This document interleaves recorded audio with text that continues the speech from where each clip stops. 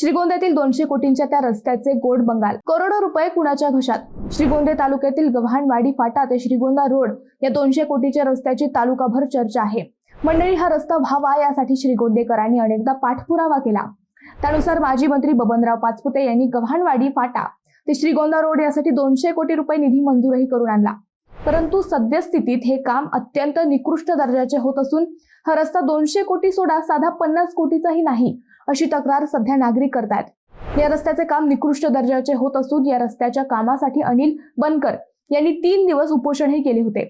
या रस्त्यावरील पुलाच्या कामावर केवळ सिमेंटच्या नळ्या टाकल्याचे दिसत आहे। त्याचे कॉन्क्रीट कुणाच्या घशात गेले असा सवाल नागरिक करतायत। धक्कादायक म्हणजे या रस्त्याचे एस्टिमेट व ड्रॉइंग यांची अनेकदा मागणी केली गेली, याची फी देखील भरली गेली, परंतु त्यांना ते उपलब्ध करून दिले गेले नाही। त्यामुळे नक्कीच मोठे गोड बंगाल असल्याच्या चर्चा आहेत। दरम्यान या रस्त्याबाबत वाच्यता केल्याने जीविताला धोका होऊ शकतो, त्यामुळे बेलवंडी पोलीस ठाण्यात बनकर यांनी निवेदनही दिले।